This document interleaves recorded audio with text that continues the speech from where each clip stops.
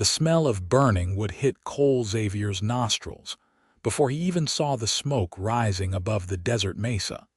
Thick black plumes twisting into the pink and orange Arizona sky like serpents reaching for heaven. He had been riding hard for 3 days straight, taking a shortcut through the painted desert on his way to Mineral Point where a cattle job was supposedly waiting. And now, his exhausted horse whinnied in protest as he urged her toward the source of the fire rather than away from it. Something in his gut told him this was not just a wildfire or a campfire gone wrong. This was different. As he crested the ridge, the scene below made his blood run cold. A covered wagon sat ablaze in the middle of the sandy trail, flames licking hungrily at the canvas top and wooden frame. The horses that had been pulling it were nowhere to be seen, likely having bolted at the first sign of fire.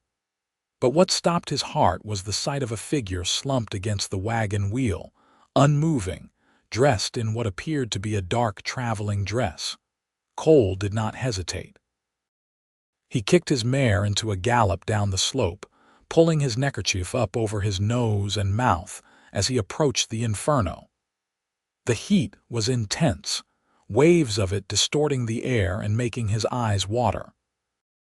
He jumped from his horse while she was still moving, hitting the ground in a practiced roll and coming up running toward the figure. It was a woman, her face smudged with soot, blood trickling from a gash on her forehead. She was breathing but unconscious, her chest rising and falling in shallow movements. Cole did not waste time trying to figure out what had happened. The wagon could explode at any moment if there was ammunition or anything flammable inside. He scooped her up in his arms, surprised at how light she felt, and ran back toward his horse. The mare danced nervously but held her ground, trained well enough not to bolt. Cole managed to get the woman draped across the saddle, then mounted behind her, wrapping one arm around her waist to hold her steady as he wheeled the horse around and put distance between them and the burning wagon. They had barely made it 100 yards when a loud crack split the air. Cole looked back to see the wagon collapse in on itself, sparks and embers shooting into the darkening sky. Whatever had caused that fire, whatever story this woman had to tell, the evidence was now being consumed by flames. He needed to make camp and tend to her wounds. The sun was setting fast, and traveling at night in this terrain was asking for trouble. Cole spotted an outcropping of rocks about a mile north that would provide some shelter and headed for it. The woman remained limp against him, her head lolling against his chest. He could feel the heat of fever already beginning to build in her body. By the time he got camp set up, full darkness had fallen. Cole built a small fire, then laid out his bedroll and gently placed the woman on it.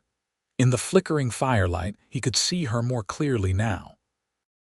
She looked to be in her early 20s, with long dark hair that had come loose from its pins, and delicate features that were pale beneath the soot and dirt. The gash on her forehead was not as bad as it had first appeared, but she had other injuries, bruises forming on her arms and what looked like burns on her hands. He fetched water from his canteen and used his spare shirt to gently clean her face and hands. She stirred slightly at his touch but did not wake. Cole examined the burns, relieved to see they were mostly first degree, painful but not life-threatening. He had some salve in his saddlebag that he applied carefully to the damaged skin. As he worked, he wondered who she was and what had happened. Raiders could have attacked her wagon, though usually they would have taken the horses and any valuables before burning it. An accident seemed more likely, but something about the whole scene nagged at him. The way the wagon had been burning so completely, the missing horses, the fact that she had been alone. Cole kept watch through the night, adding wood to the fire and checking on the woman periodically. Her fever spiked around midnight, and he spent an hour bathing her face and neck with cool water until it broke. Toward dawn, she finally began to show signs of waking, her eyelids fluttering and soft sounds escaping her lips. When her eyes finally opened, they were the color of sage, a greenish gray that locked onto his face with confusion and fear. She tried to sit up quickly, then gasped in pain and fell back. "Easy now," Cole said softly, holding up his hands to show he meant no harm. "You are safe. I found you by a burning wagon yesterday evening. You have been unconscious ever since."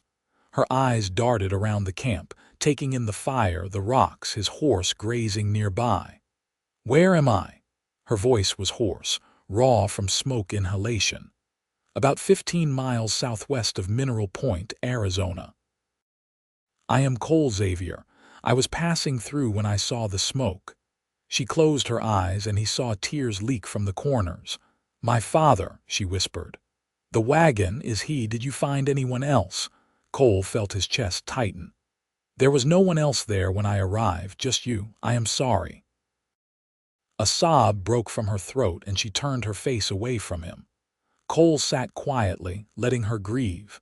After a few minutes, she seemed to gather herself and looked back at him. "My name is Catherine Rose. We were traveling to Mineral Point from Santa Fe. My father, he had business there. We were attacked 3 days ago. They took our horses, most of our supplies. My father managed to fight them off, but he was shot. He died that morning. I buried him as best I could beside the trail. I was trying to get to town, pushing the wagon myself, but it was so heavy and the sun was so hot." She paused, struggling to breathe evenly. "I must have passed out. When I woke up, the wagon was on fire. I tried to get away, but something fell and hit my head. That is the last thing I remember." "The fire, do you know how it started?" Catherine shook her head. "I do not know. Maybe from the sun, or perhaps I knocked over a lantern when I passed out. Everything is confused." Cole nodded. "Can you sit up? You should drink some water." He helped her into a sitting position, supporting her back with his arm. She winced but managed it, and he held the canteen to her lips. She drank gratefully, then sat for a moment, catching her breath. "Thank you," she said, meeting his eyes. "You saved my life. If you had not come along when you did." "Do not think about that," Cole said. "You are safe now. That is what matters." As the sun rose higher, painting the desert in shades of gold and red, Cole made them a simple breakfast of coffee and hardtack softened in bacon grease. Catherine ate slowly, and some color began to return to her cheeks. They sat in companionable silence for a while, both processing the events that had brought them to this moment. "What will you do now?" Cole asked finally. "Do you have family in Mineral Point?" Catherine shook her head. "No family anywhere. My mother died when I was young. It was just my father and me. He was a surveyor, did work for the railroad companies. He had a contract in Mineral Point. I was traveling with him because there was nowhere else to go." The desolation in her voice cut through him. Cole understood what it was to be alone in the world. He had lost his own family to scarlet fever when he was 18, had been drifting from job to job ever since, never putting down roots anywhere. "I have a job waiting in Mineral Point," he said. "Working cattle for a rancher named Henderson. You can ride with me. We will get you sorted out once we get to town." Catherine looked at him with those sage green eyes, searching his face as if trying to determine whether she could trust him. Whatever she saw there must have satisfied her because she nodded slowly. "I would appreciate that. I do not have much money, but I can pay you something for your trouble." "I do not want your money," Cole said firmly. "Just glad I could help." They broke camp an hour later. Catherine was still weak and unsteady, so Cole helped her onto his horse and mounted behind her, much as they had ridden the night before. This time she was conscious, though, and he was very aware of her body pressed against his, the way her hair smelled like smoke and something floral underneath. The ride to Mineral Point took the better part of the day. Catherine dozed against his chest periodically, exhausted by her ordeal. When she was awake, they talked in quiet voices. She told him about growing up following her father from town to town, never staying anywhere long enough to make real friends. He told her about the ranch he had grown up on in Texas, about his parents and younger sister, all gone now. By the time they rode into Mineral Point as the sun was setting, something had shifted between them. It was subtle, nothing either could have put into words, but it was there nonetheless. A connection forged in crisis, perhaps, or simply the recognition of two lonely souls who understood each other. Mineral Point was larger than Cole had expected, a proper town rather than just a mining camp. Main Street boasted a hotel, several saloons, a general store, a church, and various other businesses. People moved along the wooden sidewalks, going about their evening business. Cole guided his horse to the hotel, a two-story building with a painted sign that read Desert Rose Inn. He dismounted first, then helped Catherine down. She swayed slightly, and he kept a steadying hand on her elbow. "Let me get you a room," he said. "You need proper rest in a real bed." "I cannot afford, I have some money, but I need to make it last until I can find work." "I will take care of it," Cole said. "You can argue with me about it tomorrow when you are feeling stronger." Catherine opened her mouth to protest, but he was already guiding her toward the door. The hotel lobby was small but clean, with a desk where a middle-aged woman sat working on some kind of needlework. "Help you folks?" she asked, looking up with curious eyes that took in Catherine's disheveled appearance and the protective way Cole stood beside her. "We need a room," Cole said. "The lady has been through an ordeal and needs rest." The woman's expression softened immediately. "Of course. I am Mrs. Harriet Wells. I own this establishment with my husband. Let me get you set up in our nicest room." She produced a key and led them upstairs to a corner room with a proper bed, a washstand, and even a small sitting area with 2 chairs. "I will have my girl bring up hot water for washing, and some supper if you are hungry." "That would be wonderful, thank you," Catherine said, her voice barely above a whisper. After Mrs. Wells left, Catherine sank into one of the chairs. "You have been so kind. I do not know how I will ever repay you." Cole knelt down so he was at eye level with her. "You do not owe me anything, Catherine. Tomorrow we can figure out what comes next. For tonight, just rest." He stood to leave, but her hand shot out and caught his. "Wait, where are you going?" "I need to see about my horse, find somewhere to bed down." "The rancher I am supposed to work for, I should get word to him." "Stay," Catherine said, then seemed to realize how that sounded and blushed. There is a sitting area. You could rest in the chair. I do not want to be alone right now." Cole understood that. After trauma, sometimes the worst thing was being left alone with your thoughts. "All right," he said gently. "I will stay until you fall asleep." A young girl arrived shortly with a large pitcher of hot water and towels, followed by Mrs. Wells herself carrying a tray with 2 plates of roast chicken, potatoes, and greens. The food was simple but well prepared, and they both ate hungrily. After the meal, Catherine used the hot water to wash properly while Cole waited outside in the hallway. When she called him back in, she had changed into a nightgown that Mrs. Wells had provided and looked more like herself, though exhaustion lined her face. She climbed into the bed, and Cole settled into the chair, intending to keep his word about staying until she slept. But as he sat in the comfortable chair after days of hard riding, his own exhaustion caught up with him. The last thing he remembered was Catherine's soft, breathing evening out into sleep. When Cole woke, sunlight was streaming through the window and he was no longer in the chair. Sometime during the night, he must have moved to the small couch in the sitting area, though he had no memory of it. Catherine was still asleep in the bed, curled on her side, her dark hair spread across the white pillow. He stood quietly and stretched, working out the kinks from sleeping in his clothes. As he moved toward the door, intending to slip out and let her rest, her voice stopped him. "You are leaving." It was not a question. He turned to see her sitting up in bed, the covers pulled up around her. "I was going to let you sleep. I need to check on my horse, talk to Mr. Henderson about the job." "Of course." She looked down at her hands. "I am sorry for keeping you. You have your own life to get on with." Cole crossed back to the bed and sat on the edge of it.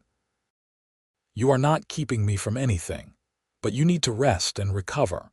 I will come back later, check on you. We can talk then about what you want to do." Catherine nodded, but she would not meet his eyes. He reached out and gently lifted her chin until she had to look at him.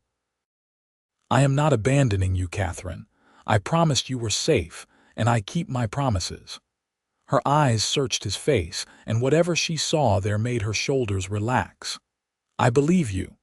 Cole found his horse being well cared for in the hotel's small stable out back, courtesy of Mrs. Wells. After making sure his mare had feed and water, he headed out to find the Henderson Ranch. It turned out to be about 5 miles outside town, a sprawling operation with cattle grazing as far as the eye could see. The main house was a large adobe structure surrounded by various outbuildings and corrals. Cole was met at the gate by a weathered foreman who looked him over with an experienced eye. "Help you?" "I am Cole Xavier. I am here about the cattle work. Heard in Santa Fe that Mr. Henderson was hiring." The foreman's expression brightened. "Xavier, we were expecting you 2 weeks ago. Thought maybe you had taken another job. Got delayed. I am here now, though, ready to work." The foreman, who introduced himself as Pete Donovan, took him to meet Mr. Henderson, a stout man in his 50s with a hearty handshake and a direct manner. "Good to have you, Xavier. Pete says you come recommended from the Johnson spread in Texas. We can always use men who know their way around cattle. When can you start?" "I need a couple days," Cole said. "There is a situation in town I need to see settled first." Henderson raised an eyebrow but nodded. "Fair enough. Come by Monday morning, we will get you set up. Pay is $30 a month plus board." Cole thanked him and headed back to town, his mind already on Catherine. He stopped by the general store and bought a few things, including a simple dress in dark blue that he hoped would fit her, since her own clothes had been ruined in the fire. When he returned to the hotel, he found Catherine in the same room but dressed in a borrowed dress from Mrs. Wells that hung loose on her frame. She was sitting in the chair by the window, staring out at the street. "I brought you something," Cole said, setting the package on the bed. Catherine turned and saw the dress. Her eyes widened. "You should not have spent your money on me. Consider it a welcome to Mineral Point gift. Besides, you will need something to wear." She stood and came to examine the dress, running her fingers over the fabric. "It is beautiful, thank you." "I talked to Henderson. I have the job start Monday. That gives us a couple days to figure things out for you." "I have been thinking about that," Catherine said. "Mrs. Wells mentioned that the school teacher just left town to get married. They need someone to teach the children. I was educated. My father made sure of that. I could inquire about the position." Cole felt a strange mix of emotions. Relief that she had a plan, but also something else. Something like disappointment at the idea of her having her own life separate from his, which was ridiculous. They had known each other less than 2 days. "That sounds like a good idea," he said. "Want me to come with you to talk to whoever is in charge of the school?" Her face lit up. "Would you? I would feel better with you there." They spent the afternoon visiting the town council members and the church pastor, who apparently oversaw the school. Catherine impressed them all with her education and gentle manner. By evening, she had been offered the teaching position, which included a small cottage behind the schoolhouse and a modest salary. As they walked back to the hotel in the fading light, Catherine seemed lighter somehow, as if a weight had been lifted from her shoulders. "I cannot believe it," she said. "This morning I had no idea what I would do, and now I have a job and a place to live. It feels like fate." Cole glanced at her. "You believe in that, fate?" "I am starting to. If you had not come along when you did, if you had not brought me here, if the teacher had not just left. Too many coincidences." "Maybe," Cole said. "Or maybe you just make things happen. You did not sit around feeling sorry for yourself. You came up with a plan and made it work." They had reached the hotel and Catherine stopped on the steps, turning to face him. "I did not do it alone. You have helped me every step of the way. I do not know why, but I am grateful." "You do not need to keep thanking me," Cole said gruffly, uncomfortable with her gratitude. "Anyone would have done the same." "No," Catherine said softly. "Not anyone. You are special, Xavier, whether you want to admit it or not." That night, Cole intended to get his own room or find somewhere else to sleep, but Catherine insisted he stay in the room he had already paid for. There was the couch, after all, and it seemed foolish to waste money. He agreed, telling himself it was just practical, ignoring the way his heart beat faster when she smiled at him. They fell into an easy routine over the next 2 days. Catherine moved into the teacher's cottage, and Cole helped her get settled, doing repairs that had been neglected and helping her acquire basic furniture and supplies. They took meals together, walked around town in the evenings, talked for hours about everything and nothing. On Sunday, they attended church services together, and Cole was very aware of the speculative looks from other townspeople. After the service, several women approached Catherine to welcome her and invite her to various social events. Cole stood back and watched her charm them all with her natural warmth and intelligence. That evening, as they sat on the small porch of her cottage watching the sun set, Catherine said, "I start teaching tomorrow, and you start at the ranch." "Yes." Cole did not want to think about how much he would miss seeing her every day. "Will I still see you? Or will you be too busy with ranch work?" He looked at her, at the way the fading light caught in her hair and made her eyes luminous. "You will see me. I will make sure of it." "Good," she said softly, "because I have gotten used to having you around." Cole started work at the Henderson Ranch Monday morning before dawn. The work was hard, long hours in the saddle moving cattle, mending fences, all the endless tasks that came with running a large operation. But it was honest work, the kind that made a man sleep soundly at night. True to his word, he made time to see Catherine. On his days off, he would ride into town and they would spend the time together. Sometimes they would go on rides out into the desert, Catherine riding a gentle mare she rented from the livery.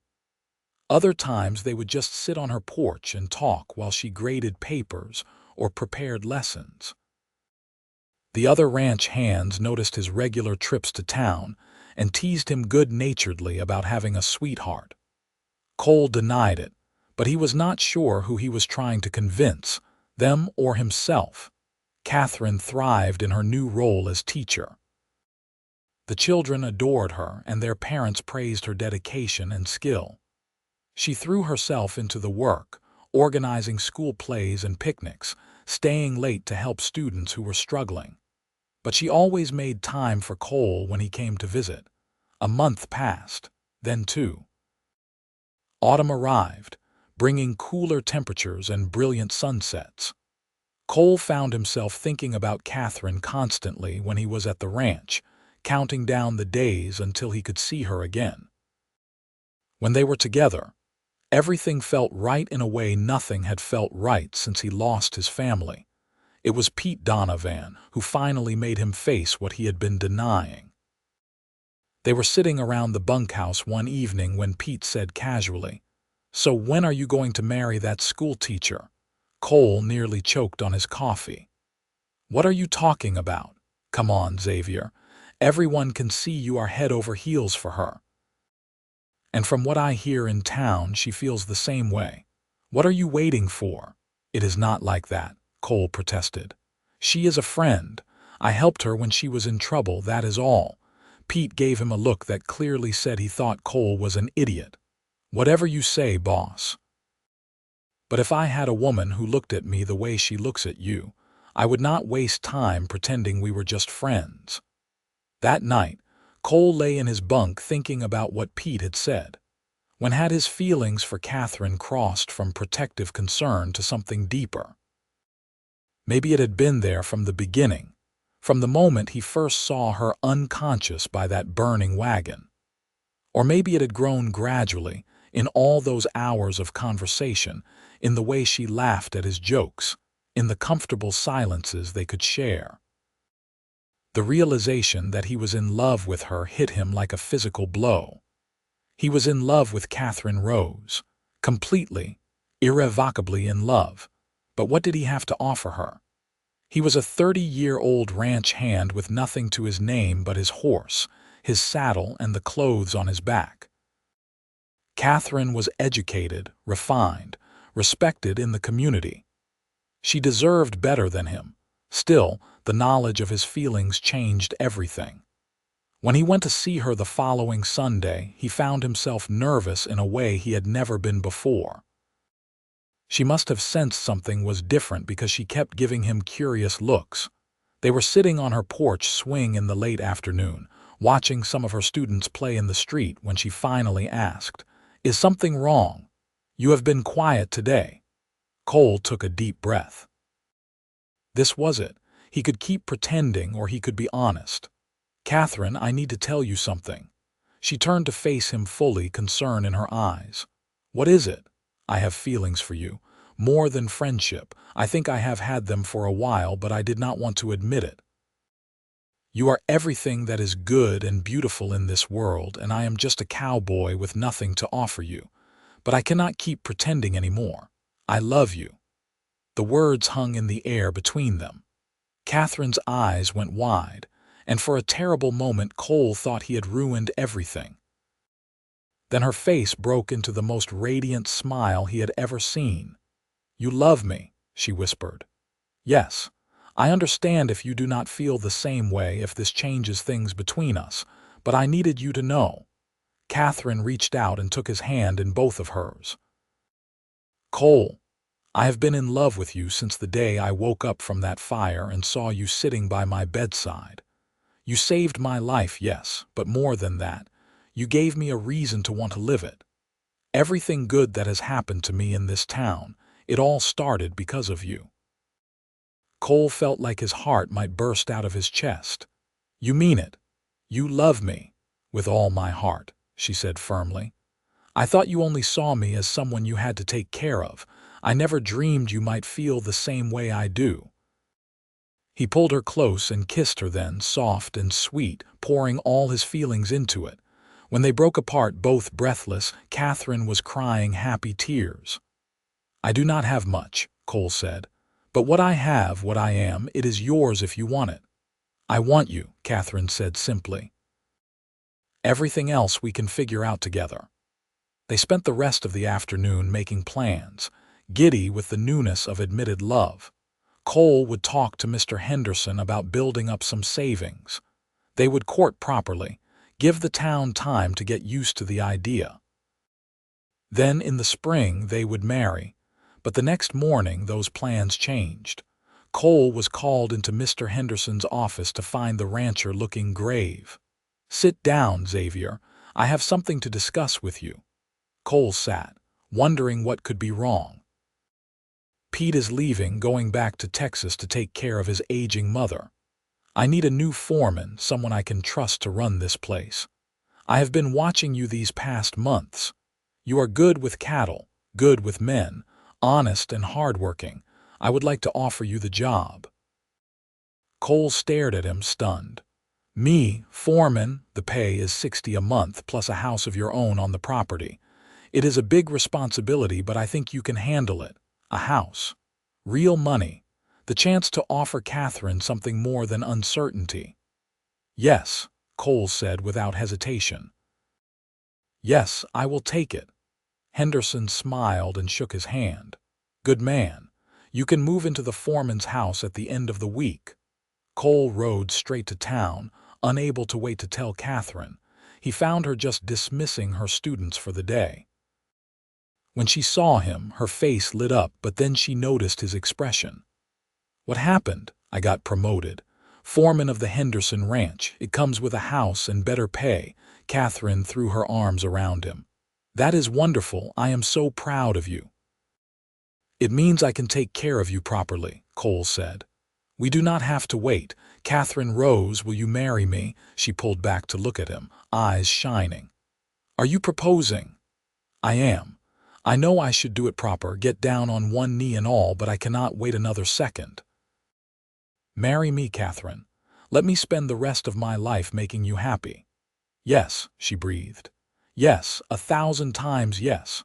The wedding took place 3 weeks later in the little church, with most of the town in attendance. Catherine wore a cream-colored dress that Mrs. Wells had helped her make, and Cole wore a new suit that felt stiff and uncomfortable, but was worth it for the way Catherine looked at him. When the pastor pronounced them husband and wife, and told Cole he could kiss his bride, the whole church erupted in applause. As they walked back down the aisle hand in hand, Cole marveled at how much his life had changed in just a few months. He had gone from a drifter with no ties to a married man with a home and a future. The foreman's house was small but well built, with 2 bedrooms, a kitchen, and a sitting room. Catherine had already moved some of her things in, combining her meager possessions with his. It was not much, but it was theirs. Their wedding night was tender and sweet, 2 people who had found each other against all odds finally becoming one. Cole held Catherine close afterward, her head on his chest, and thought he had never been so happy. What are you thinking? She murmured sleepily. About fate.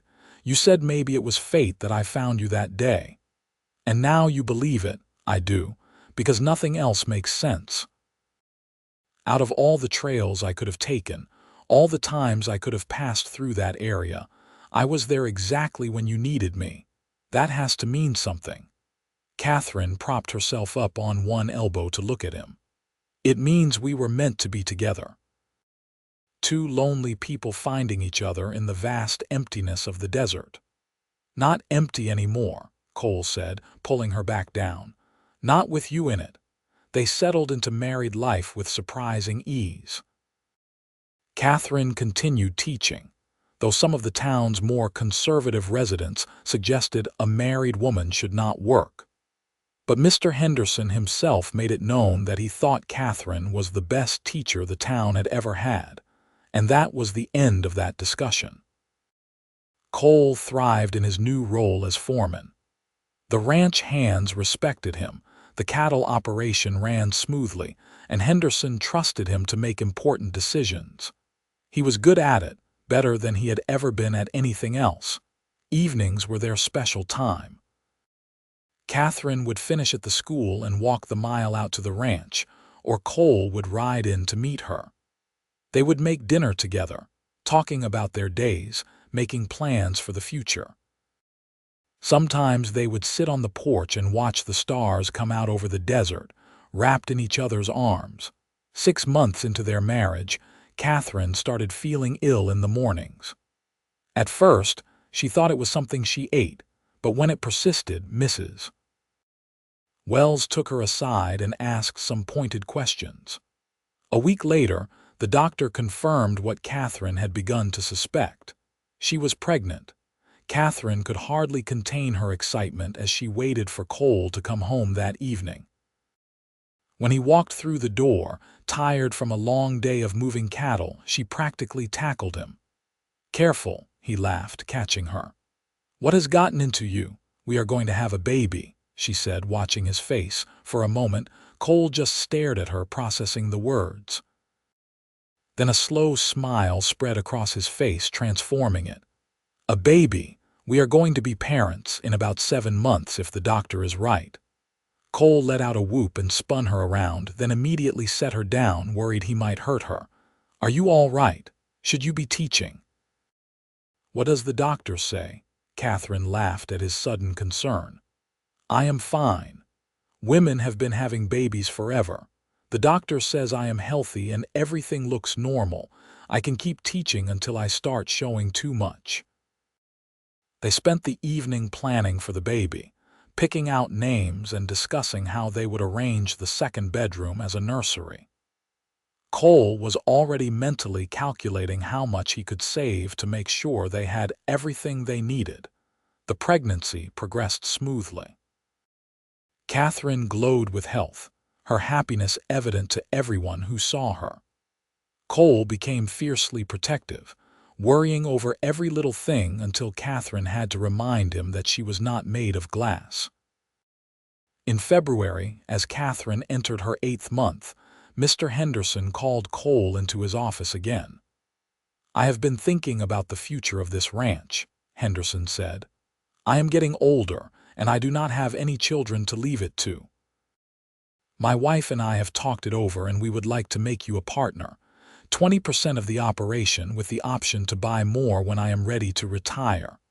Cole could not believe what he was hearing. "Sir, I do not know what to say. Say yes. You have earned it, Xavier. This ranch has never run better. You are like the son I never had. Let me do this." With shaking hands, Cole agreed. That night he told Catherine the news, and they both cried happy tears. Their baby would be born into security, into a real home with real prospects. When Catherine went into labor on a warm April morning, Cole was out checking on some calves that had been born during the night. By the time one of the hands found him and gave him the message, he rode back to the house at a gallop, his heart in his throat. The midwife, Mrs. Patterson from town, met him at the door. "She is doing fine, but it will be a while yet. First babies take their time." Cole paced the sitting room, driving himself crazy with worry. Every sound from the bedroom made him jump. Finally, after what felt like years but was only 6 hours, he heard a new sound, the angry wail of a newborn baby. Mrs. Patterson emerged carrying a bundle wrapped in soft blankets. "You have a son, Mr. Xavier. A healthy, strong boy."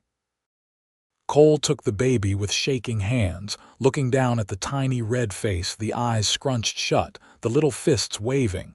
His son. He had a son. "Catherine," he asked, his voice breaking, "tired but well. You can go see her in a moment." When Cole entered the bedroom carrying the baby, Catherine looked exhausted but radiant. Her face lit up when she saw them. "Our boy," she said softly. Cole sat carefully on the edge of the bed and placed the baby in her arms. They both looked down at him in wonder. "What should we name him?" Cole asked. They had discussed names but never settled on one. Now, looking at their son, Catherine said, "What about Samuel, after your father?" Cole felt his throat close up with emotion. "Samuel Cole Xavier. That is perfect."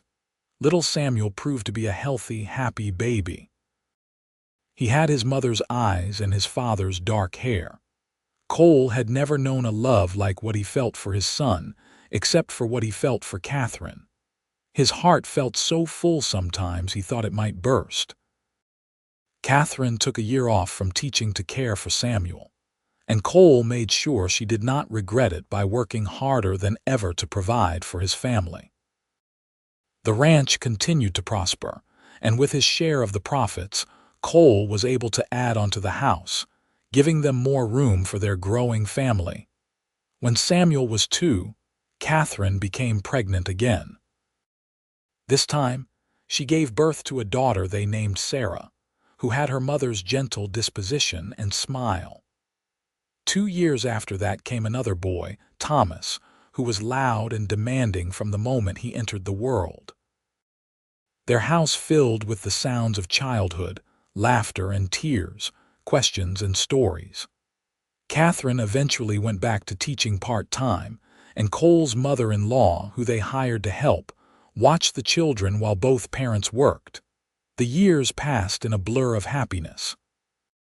Cole watched his children grow, taught his sons to ride and rope, held his daughter when she cried over a scraped knee or a broken doll. Catherine seemed to grow more beautiful with each passing year, the lines that appeared at the corners of her eyes only making her more lovely in his sight. On their 10th anniversary, they took a rare evening away from the children and rode out to the place where he had first found her. The burned remains of the wagon were long gone, reclaimed by the desert, but they both knew the exact spot. "I think about that day sometimes," Catherine said as they stood watching the sunset. "About how terrified I was, how alone I felt. I thought my life was over." "And instead, it was just beginning," Cole said, pulling her close. "Our life was just beginning," she corrected. "Do you ever wonder what would have happened if you had taken a different trail that day? If you had been an hour earlier or later?" "I try not to," Cole admitted.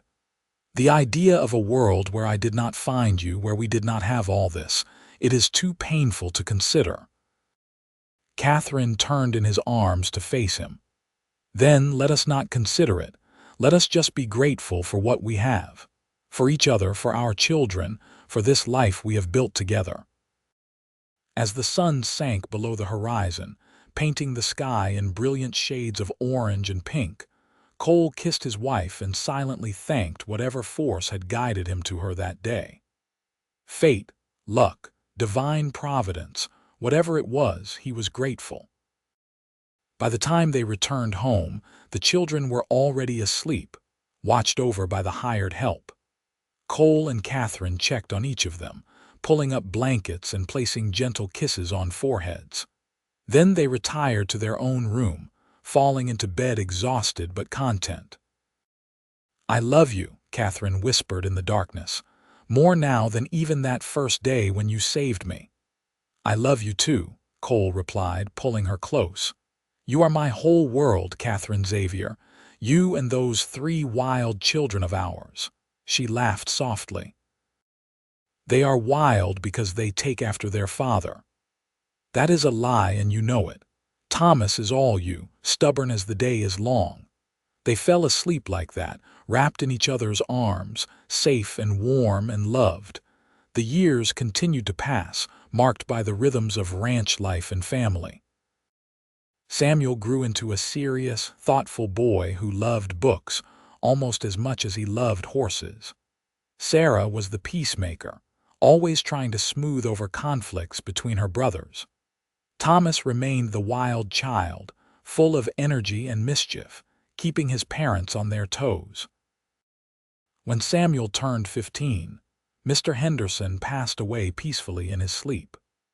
His wife, having no other family, sold her share of the ranch to Cole for a fair price before moving back east to live with her sister. At 45, Cole found himself the sole owner of one of the most successful cattle operations in Arizona. It was overwhelming and terrifying and exhilarating all at once. But Catherine was there beside him, steady and sure, believing in him even when he doubted himself. "You can do this," she told him. "You have been running this place for years already. Nothing has to change." But things did change in good ways. Cole expanded the operation, buying up adjacent land, improving the herd. He hired more hands, built better facilities. The Henderson Ranch, now the Xavier Ranch, became known throughout the territory for its quality cattle and fair dealing. As his children grew into young adults, Cole made sure they understood the value of hard work and honest living. Samuel went off to college in California to study law, much to his parents' pride. Sarah met a young veterinarian who had moved to Mineral Point and fell sweetly in love. Thomas, true to form, announced at 16 that he wanted to be a cowboy and see the world before settling down. Through it all, Cole and Catherine remained each other's anchor. They had their disagreements, their difficult times, but the foundation of love they had built was unshakable. Every night, they still sat on their porch watching the sunset, hands entwined, talking about everything and nothing.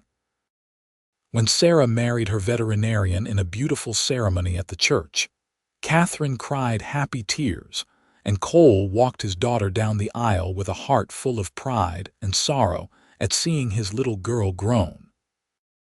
Samuel came home from college with honors and opened a law practice in Mineral Point, quickly becoming known for his fair representation and sharp mind. He married a school teacher, following in his parents' footsteps. Thomas spent 5 years wandering, working ranches from Montana to Mexico, before finally coming home at 21 with a Navajo wife named Ayana and stories that kept the whole family entertained for hours. He settled into ranch work with his father, bringing fresh ideas and enthusiasm to the operation. On the 20th anniversary of that day, Cole had pulled Catherine from the burning wagon. They stood in the same spot again.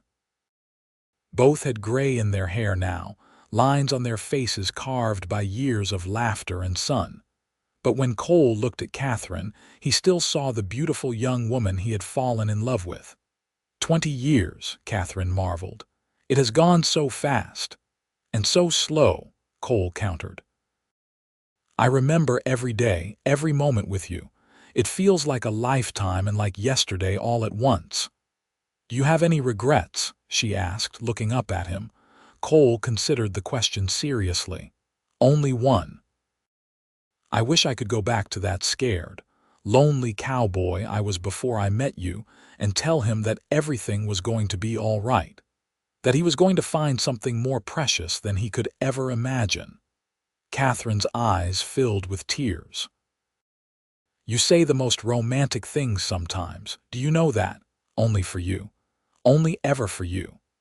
As they rode back home, the house they could see in the distance was lit up with lights. Their children and grandchildren, two so far with more on the way, were there waiting for them. A surprise party Sarah had planned to celebrate their anniversary. The house was full of noise and laughter, children running underfoot, the smell of good food and the sound of family. Cole stood in the doorway taking it all in, feeling overwhelmed with gratitude. Catherine found him there and slipped her hand into his. What are you thinking about? About how one decision, one moment can change everything.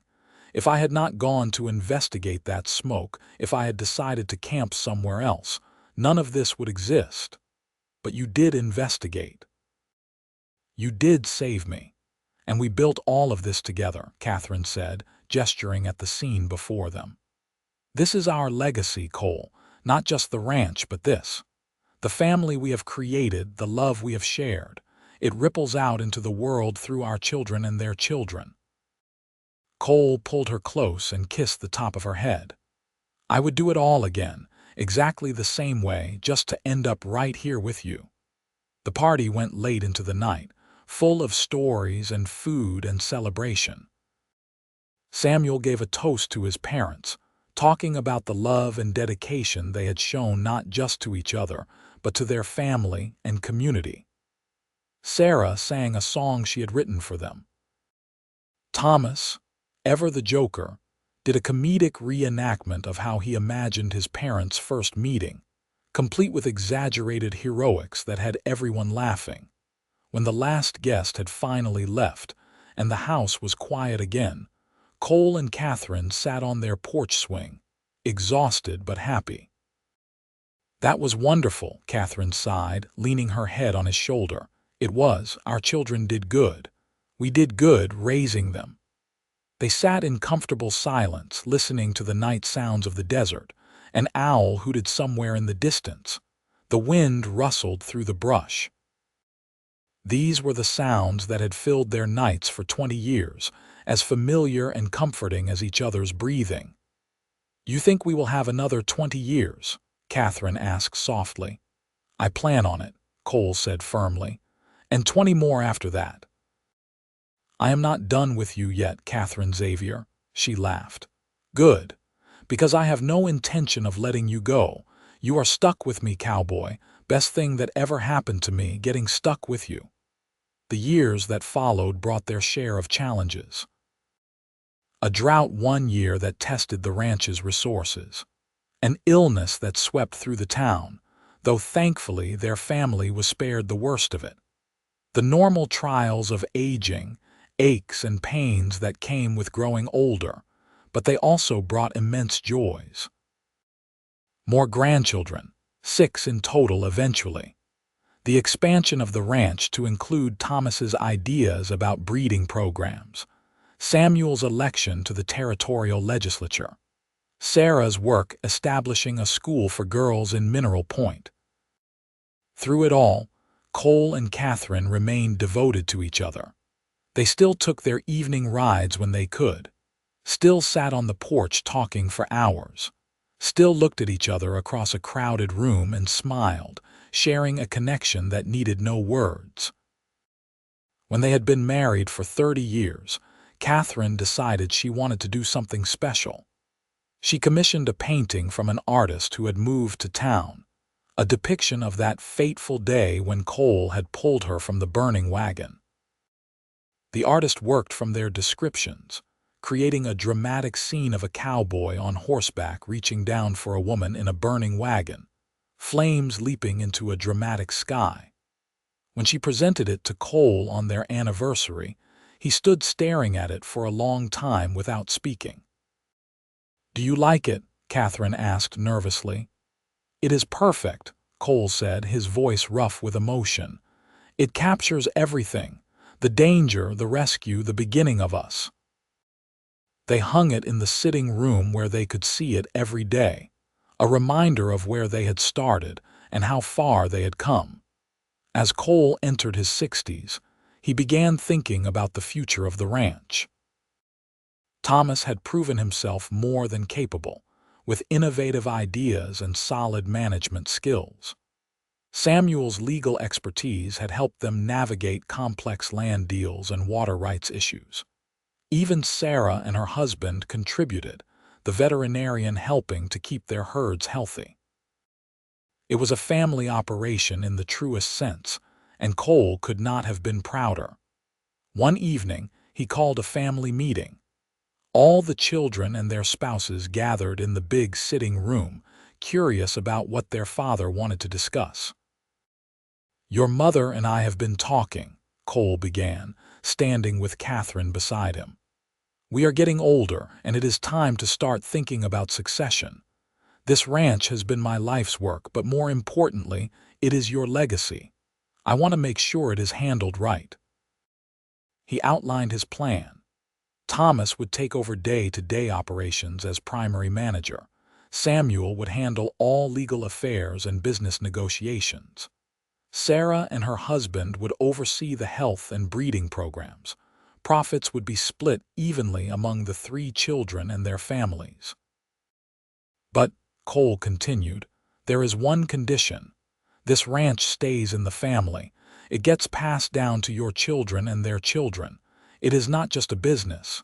It is who we are, where we come from. It is the place where your mother and I built our life together." There were tears and hugs and promises to honor his wishes.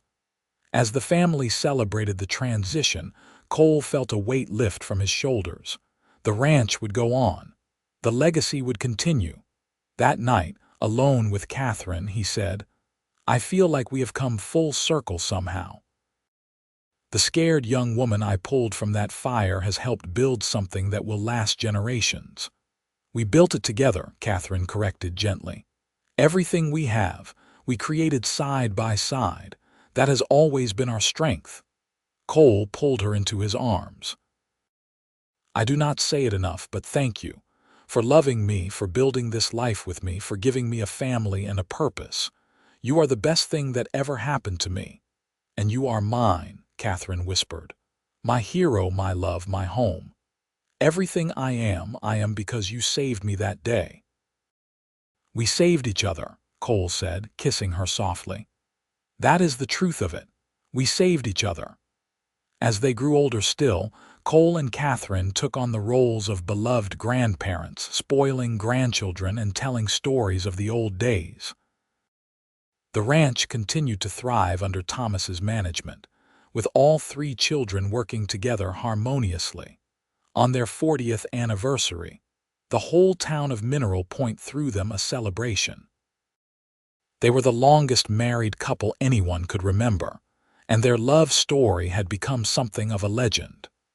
The cowboy who saved the woman from the burning wagon, and the love that grew from that moment. The mayor gave a speech about their contributions to the community.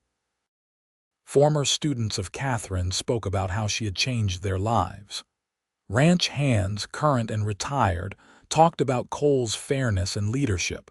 When it was Cole's turn to speak, he stood up slowly, taking Catherine's hand. "I am not much for speeches," he began, his voice still strong despite his years. "But I want to say something about this woman beside me. 40 years ago, I was a drifter with nothing to my name and no prospects. Then I saw smoke on the horizon and made a decision to investigate. That decision gave me everything. It gave me a partner, a love, a family, a purpose. Catherine has been my strength through every trial, my joy in every celebration. If I have done any good in this world, it is because she made me want to be better. So this celebration is not really about me. It is about her, and about the power of love to transform a life."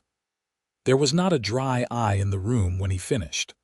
Catherine stood and kissed him, not caring that everyone was watching, and the whole town erupted in applause.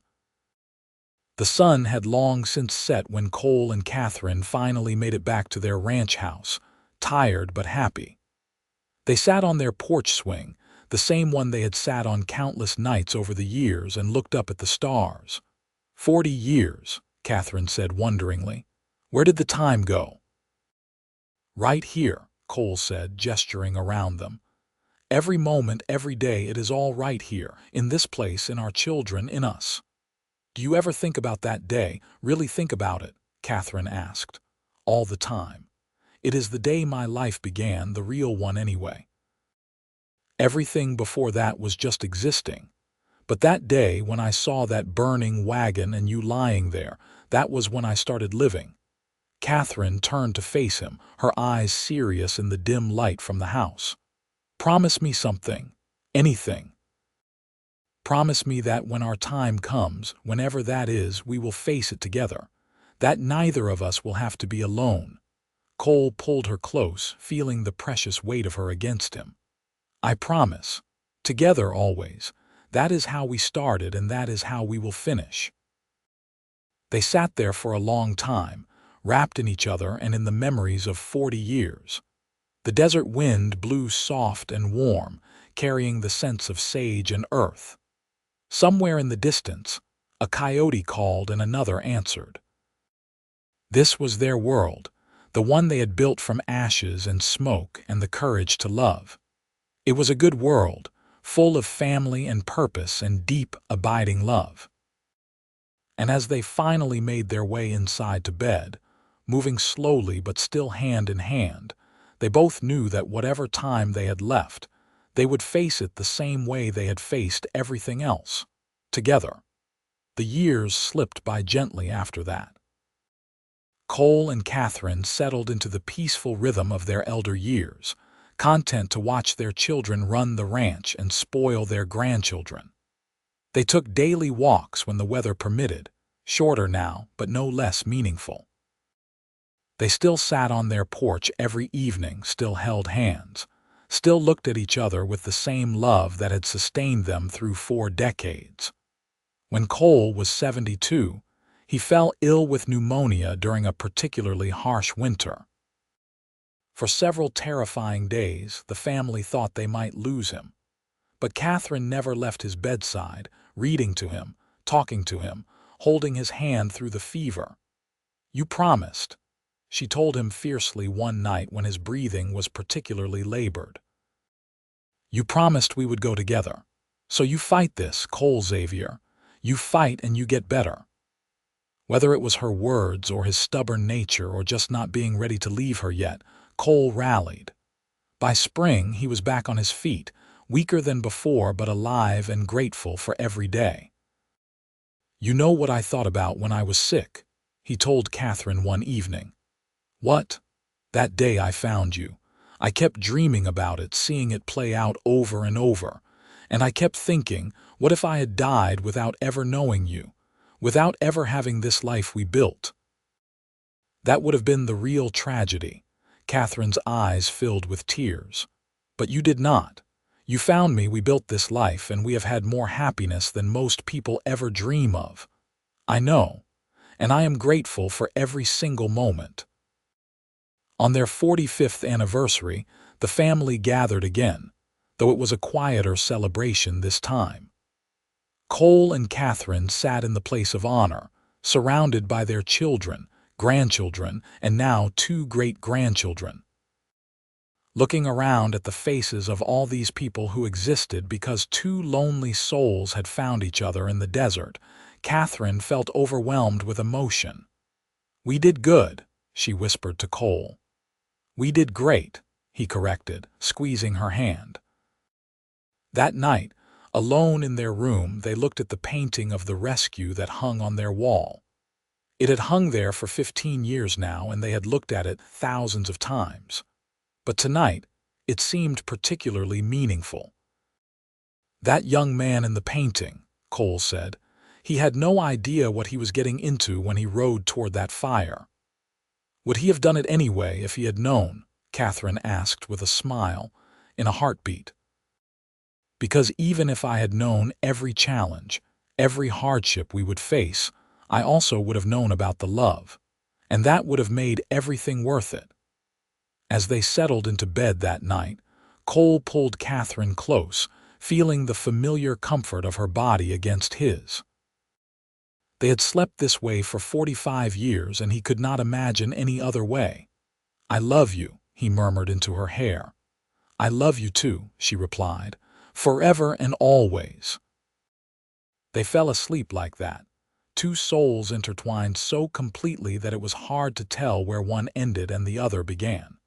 Cole Xavier passed away peacefully in his sleep 2 weeks after their 46th anniversary, Catherine's hand in his. True to his promise, he had not left her alone. She followed him just 3 days later, her heart simply unable to go on without its other half. They were buried side by side on a hill overlooking the ranch, a single headstone marking their resting place. It read simply, "Cole and Catherine Xavier, 2 souls, 1 love forever." The ranch continued, passed down through their children and grandchildren, each generation adding their own stories to the legacy. But the tale that was always told, the one that became part of family legend, was the story of how it all began.